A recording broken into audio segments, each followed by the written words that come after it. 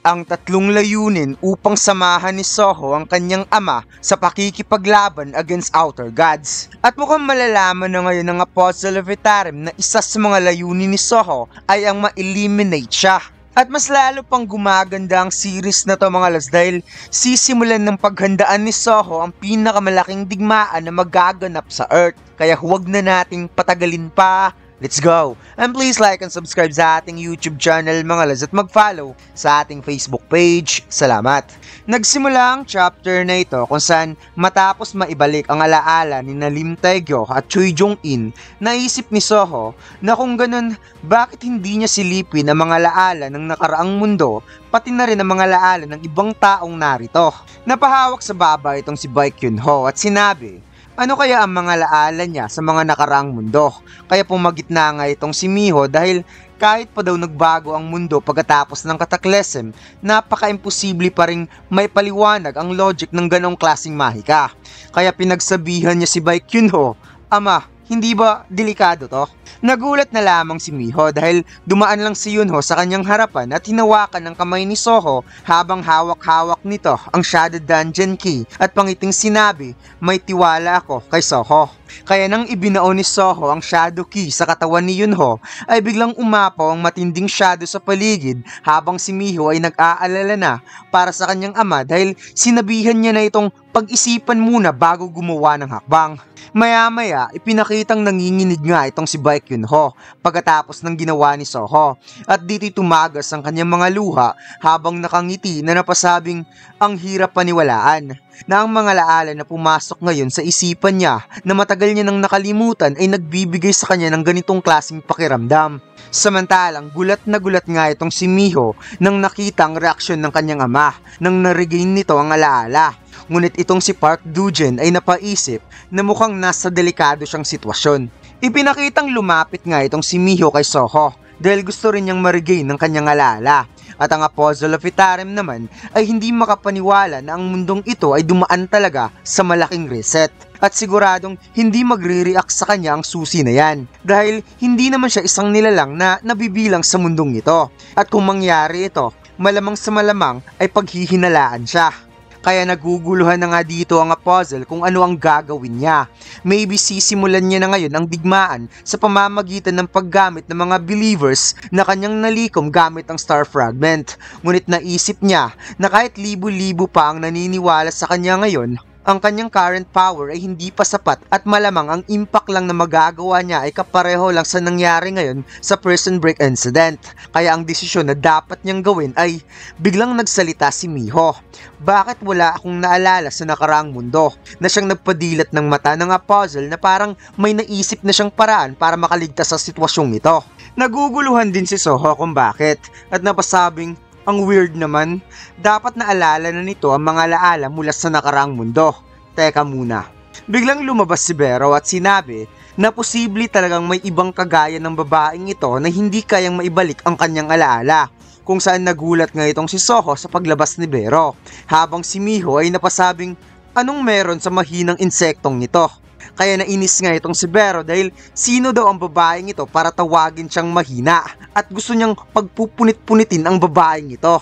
Ipinaliwanag ni Bero na ang nakaraang mundo ay binubuo ng mga pangyayaring naganap 20 years na ang nakalipas kahit sa current timeline nila ngayon sa panahon kung kailan nag-exist na ang mana. Kung iisipin na dahil sa kapayapaan ay wala ng mana 2 dekada na ang lumipas, ngunit hindi nakapagtataka na may ibang factor na lilitaw sa current timeline. Sa madaling salita, naniniwala siyang ang babaeng ito ay hindi pa naisilang sa nakaraang mundo. Hindi makapaniwala si Miho na hindi pa pala siya naisilang sa nakaraang mundo at nagulat na lamang si Soho dahil kusang lumapit si Park Do-jin at ibinaon sa kanyang katawan ang Shadow Key at casual na sinabi, wala din siyang naalala. Kaya hindi rin siya nag-exist sa nakaraang mundo. Kaya hindi makapaniwala ang ating bida na kahit si Park Do-jin ay hindi rin pala umiiral sa past world.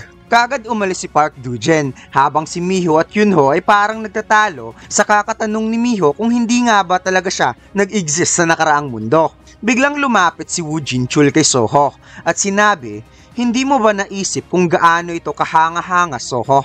Ito ang kapayapaang hinangad na pinili mismo ni Hunter Song Jin-woo. Hindi na mabilang ang mga taong hindi man lang isinilang sa nakaraang mundo na ngayon ay nabubuhay at tinatamasa ang kanilang mga buhay. Kung kaya't na-realize ni Soho kung gaano kalaki ang sakripisyong ginawa ng kanyang ama para lang makamit ang tunay na kapayapaan sa kanilang mundo. Biglang nagsalita si Soho na siyang nagpalingon sa 4 na hunter at sinabi na kung sakaling sasakupin sila ngayon ng Outer God sa current state nila ngayon, siguradong ang mundong ito ay mawawasak. Kung kaya't matapang na sinabi ng ating bida, maaari bang ipahiram niyo sa akin ng inyong mga lakas? Pagkatapos, lumipat ang eksena kung saan inuulat na ang insidente ng pagtakas ng mga kriminal mula sa Jizen Prison na nagdulot ng pambansang kaguluhan ay malapit ng matapos at tanging 1% na lamang ng mga tumakas ang hindi pa natutukoy. Ang dahilan kung bakit agad napigil ang sitwasyon ay dahil sa mabilis na tugon ng Hunter Association. At bukod pa dito, ang mga sibilyan na nasa lugar ay nagtestified na kung hindi lumitaw ang isang shadow na may anyo ng isang tao ay talagang mas malaki pa ang naging pinsala. Ayon sa kanilang mga natanggap na impormasyon, ang mga tinukoy na shadow human ay isang skill na pagmamay-ari ng isang hunter at nakumpirma na ito ay galing sa isang irang hunter na si Mr. Song Soho. Si Mr. Song Soho ang unang dumating sa lugar bago pa man ang iba upang tulungan ng mga sibilyan at siya ay nag-testified na nagkaroon siya ng reawakening during sa time nung nangyari ang krisis. Samantalang, ipinakitang nanunood nga ng balita itong si Wang Dongsu na makikitang nangingilit nga ito sa galit ng sinabi sa balita na sa mga sandaling isinakripisyo ni Soho ang kanyang sarili para sa kapakanan ng iba, bigla nitong nakamtan ang kapangyarihang ipagtanggol ang mga sibilyan sa pamamagitan ng kanyang reawakening. Kaya matapos nun, ginamit ng tama ni Hunter Song Soho ang kanyang bagong kapangyarihan at ngayon siya ay naging isang bayani na nagligtas ng napakaraming buhay. Pagkatapos, ipinakitang itinuro ni Soho ang balita sa harap ng chairman at sa 3 Esrong Hunter at napatanong kung bakit isang fake news ang balitang ito. Sinabi ni Chairman Wu Jinchul na pinag-usapan nila ang bagay na ito at agad nilang ipinadala sa media. Ipinaliwanag niya na ang reawakening ay hindi gaanong common para sa mga tao, ngunit hindi naman ito lubos na imposible, kaya dapat itong tanggapin ng mga tao. Pero wala naman talaga siyang balak na itago ito. Napabuntong hininga si Choi Jong-in at sinabi kay Soho, hindi mo naman siguro iniisip na ipahayag sa buong mundo na isa kang level up hunter, hindi ba? Ipinaliwanag niya na since ang kakayahang mag-level up ay lampas sa patakaran ng pagiging hunter, ito ay nagdudulot lamang ng kaguluhan. At kapag nalaman ito ng mga hunter na lumalabag sa batas, hahatulan si Soho ng bawat isa ayon sa kanilang panghuhusga. Kaya ang paglitaw ng isang irregular ay maghahatid lamang ng puot. Nabanggit mo naman ang 3 mong layunin, hindi ba? It's turn out na matapos sabihin ni Soho na ipahiram sa kanya ang lakas, sinabi niya na mayroon siyang 3 goal, na ang una ay ang kanyang growth. Kailangan niya ng tulong para mas lalong makapag-level up upang maging sapat ang kanyang lakas para labanan ng Outer Gods kasama ang kanyang ama. Pangalawa ay ang tipunin ng lahat ng hunter na may kakayahang makipaglaban sa puwersa ng Outer Gods. Kailangan nilang pakilusin ang buong puwersa ng mundong ito upang harapin ang puwersa ng kalaban. At ang pangatlo na panghuli ay kailangan ma-eliminate ang Apostle of Itarim. Pagkatapos niyang ma-achieve ang 3 goal na ito, ay plano niyang tulungan ng kanyang ama na matagal nang nakipaglaban mag-isa. Pagkatapos, ipinaliwanag ni Choi Jong-in na kung balak ni Soho na tipunin ang lahat ng puwersa sa mundong ito para labanan ang tinatawag na Itarim, kailangan itong mahigitan ang pagiging enthusiasm. Kailangan maging maingat ni Soho sa kanyang public image at isipin kung paano nito mahikayat ang puso ng mga tao na naaayon sa nais ni Soho. Samantalang, napaisip ang ating bida na wala talaga siyang masabi. Tama ang lahat ng sinabi ni Hunter Choi Jong-in. Ramdam niya na may maraming factor na kailangan niyang i-consider bukod sa kanyang level para lang ma-achieve ang kanyang goals. Kaya hindi niya talaga ito kayang gawin na mag-isa at kailangan niyang hiramin ang lakas ng bawat isa. Kaya sinabi ni Soho, sa nakikita niya ngayon kung paano magbigay ng advice si Hunter Choi Jong-in, inaasahan niya na tutulungan siya nito, tama? Biglang tumayo si Hunter Baek-yun-ho at sinabi, syempre naman, ikaw ang apo ni Captain Song Il-wan at ang nag-iisang anak ni Hunter Song Jin-woo, ang pag-asa ng sangkatauhan. Pero higit sa lahat, naaantig ang kanyang puso sa ginawa ni Soho, kaya aasahan nitong tutulong ang White Tiger Guild. Sinabi rin ni Hunter Choi Jong-in na kahit si Hunter Song Jin-woo ay nahirapan sa mga Itarin, hindi niya alam kung gaano ang maibibigay niyang tulong, pero hindi niya basta lang panoorin na masira ang mundo. Kaya sila, ang Hunter Guild, ay tutulong din. Habang nakikinig sa usapan ng chairman, masaya siya na nagawang makumbinsi ni Soho sina Hunter Baek-kyunho at Choi Jong-in, ngunit may natitira pang isa. Walang imik si Hunter Lim Tae-gyo at nakikinig lang sa usapan, at dito'y napatanong siya kung totoo bang pinatay talaga ni Soho si Lee Min-song, kaya nainis nga itong si Baek-kyunho. Wika ni Soho, totoong pinatay niya si Lee Min-song, kaya napatanong si Lim Tae-gyo kung ano bang meron sa itsura ni Lee Min-song sa mga oras na yon. Sagot ni Soho, naposes siya ng Apostle of Itarem habang nasa ilalim ng epekto ng star powder. Napatanong si Lim Tae-gyo kung bakit nilapitan ni Soho si Lee Min-song. Sagot ng ating bida na kumpirma niya kasi na nakikipag-ugnayan ito sa Apostle of Itarem, kaya sinubukan niyang makakuha ng impormasyon mula kay Lee Min-song. At muling napatanong si Lim Tae-gyo kung bakit nakikipag-cooperate si Lee Min-song sa Apostle of Itarem. Sagot ng ating bida, hindi niya alam. Napaisip si Lim Tae-gyo kung bakit tinatanong niya pa ang katanungang ito.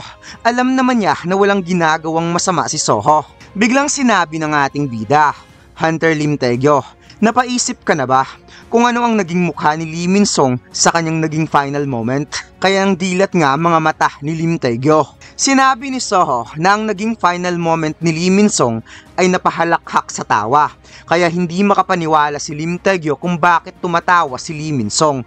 Sagot ng ating bida, still hindi niya alam kung bakit. Whether it was out of satisfaction or out of emptiness, matapos isuko ang lahat. Although pawang pait lang ang nararamdaman niya sa tawa ni Lee Min-song, ang malinaw lang para sa kanya ay kahit sa huli ay hindi nawalan sa sarili si Lee Min-song. Ayaw man niyang aminin, pero maging sa mga huling sandali, nag-iwan nito ng matinding impression sa kanya. Napabuntong hininga si Lim Tae-gyo at sinabi na si Lee Min-song ay hindi pa rin nagbabago sa kanyang pagiging makasarili, kung kaya't sinabi niya na siya at ang Reaper Guild ay tutulong rin kay Soho. Kaya sobrang saya ni Chairman Woo Jin-chul dahil sa pagkakataong ito, ang pakikipagtulungan ni Soho sa tatlong higanting guild ay malinaw lang na taos-puso ang layunin ni Soho na siyang nagpagalaw sa puso ng tatlong S-rank hunter. Sinabi ni Woo Jin-chul sa sarili na maaaring hindi katulad si Soho ng kanyang ama na si Hunter Song Jin-woo. Ngunit sa gitna ng mga matitinding sandaling iyon, may kung anong bagay kay Soho na nagpapaalala sa kanya kay Jin-woo. Kaya hindi na siya makapaghintay pa na makita kung anong hangin ang dadalhin ni Soho sa larangan ng digmaan kasama ang kanyang ama. Biglang sinabi ni Soho na since tapos na ang kanilang deal, ipapaliwanag niya ang plano kung ano ang dapat na una nilang gawin. Kaya unti-unti ngang nag-iba ang ekspresyon ng mukha ni Jin-chul na parang nakita niya si Jin-woo sa katauhan ngayon ni Soho, na kahit ang tatlong S-rank hunter ay ganun rin ang kanilang naramdaman, na si Soho ang magdadala ng hangin sa kanyang ama para sa Hunter Association. Sobrang angas ng chapter na ito mga lads dahil binigyan talaga nila ng exposure itong si Lee Min-song kahit patay na, since hindi rin naman siya pangkaraniwan sa series na ito dahil siya ang naging final villain sa season 1 ng Ragnarok. Unlike Solo Leveling na parang comedy lang siya doon, nagbibigay ng tawa para sa mga audience. At nakita din talaga natin mga lods kung gaano ka gusto malaman ni Lim Tae-gyo kung ano nga ba talaga ang nangyari kay Lee Min-song, since sa panahon nung hindi pa nangyari ang Cataclysm ay matagal siyang nagtatrabaho para kay Lee Min-song bilang personal driver.